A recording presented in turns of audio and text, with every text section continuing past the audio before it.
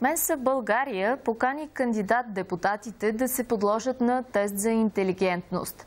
С писма до централите на партиите от организацията предлагат бъдещите избраници да се подложат на изпита. Има ли отговори на какви въпроси ще се подложат бъдещите народни представители? Сега ще научим от председателя на управителния съвет на организацията Христо Радков. Добро утро, господин Радков. Или добър ден, може би вече. Добро утро. И направо, имате ли отговор въобще от някоя от централите на партиите? Ще подложат ли кандидат-депутатите си на тест за интелигентност? За сега нямам отговор, но искам да внеса едно уточнение. Нашето предложение в момента е към партиите да тестват кандидатите си за листи. А след това, вече когато са готови листите, преди самите избори, ще им отправим предложение да тестваме самите листи, самите кандидат-депутати. В момента просто им даваме възможност на самите партии да си направят сами за себе си по-правилния избор. Кой да включат в тази листа и кой да е на по-избираемо място и кой не. А иначе на вашия въпрос нямаме за сега отговор от партиите. Според вас, дали въобще ще възприемат този начин за подбор на листите? Как въобще ви хрумна да го направите? Това предложение? Това нещо не го правим за първи път. Ние го бехме предложили на евроизборите, на предишни президентски избори сме го предлагали. Дали ще го направят, не знам. Не мога да кажа. Според мен, аз ако бях на тяхно място, щях да го направя. Защото това ще ми даде една много добра представа за кандидатите, доколко имат потенциал да се развиват, да работят за благото на самата партия, защото те, когато влизат в парламента, те работят за партията. Нали, оттам, респективно и върху за целия български народ. Нали, колко ще е по-добре. А всъщност, какви въпроси се съдържат в един тест? В теста на Менса, всъщност, защото теста на Менса има... универсален. Да, той е универсален за цял свят. Има 45 въпроса, които се решават за 30 минути. Тук са ви донесъл едни примерни въпроси. Мога да ги покажа на камерата. Ето първия въпрос. Каква е целта, какво е задачата на този въпрос, ако може да обясните и за нашите зрители? Значи, логиката е върви винаги по хоризонтала и по вертикала. Просто трябва да се намери липсващото от възможните изброени отговори, кой е верния. В случая логиката върви, че на всеки ред нараства с едно, както и по вертикала нараства също с едно. И оттам логичният отговор е в тази поредица най-отдолу вече 3, 6 и 9. Тук нараства с, извинете, тук нараства с 1, тук с 2, тук с 3. Тук вече логично е 9. Отговора. Добре, някакъв друг въпрос. Ето ви един друг въпрос, който е малко по-различен. Теста на мен се намери само логически интелект. Той е съвкупност от няколко вида интелект, които мери. В случая трябва да се съобрази, че това, което се повтаря, изчезва. Тук трябва да се види и тази логика. А има ли разлика дори пола на този, който прави този тест, жизнен опит? Не. Това може ли да се измери по някакъв начин? Тоест, примерно, и едно 3-годишно дете би могло да реши, да кажем, този въпрос, един 30-годишен да не може да се справи, така ли?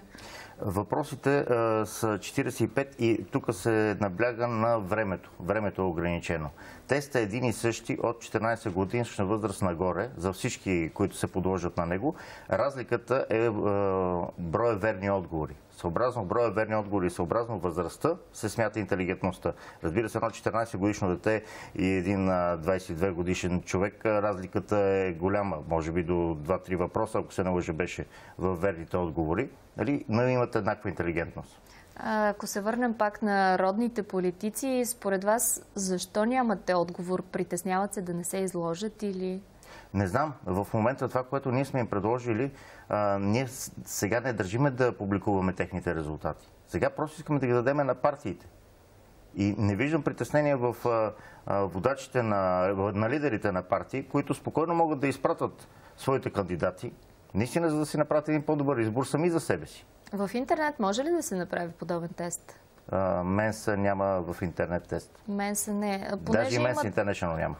Понеже има така в интернет пространство, има доста такива тестове, ако някой пък реши да се пробва в интернет, те нямат да позагрее малко. С нас, който иска може да ги решава. Не е такъв тест. Да, не е такъв тест.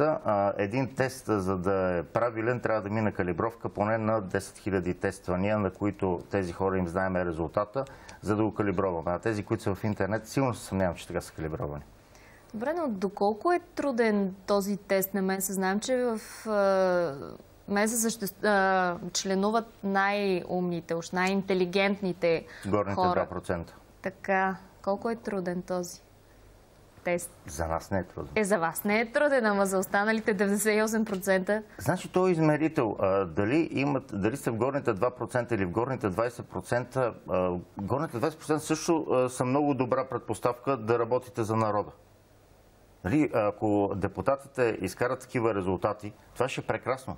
Не е задължително един депутат да е член на Менса. Но когато той има един добре развит интелект, той от тук нататък може да го използва за фундамент и да го надгражда колкото иска нагоре. Тоест, дори да не е с IQ на Стивън Хокинг, да речем, това не означава, че не е по-малко интелигентен. Разбира се, поне да минат средното ниво.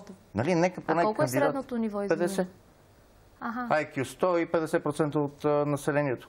Поне да са над тези 50%, за да има този фундамент, върху който да могат да развиват и образование, в който да си показват уменията. Просто тези хора, които ни ръководят, да покажат, че имат база, от която да започнат. Да бъдат по-добрата представителна извадка на народа, така ли? Разбира се, поне да е горната половина.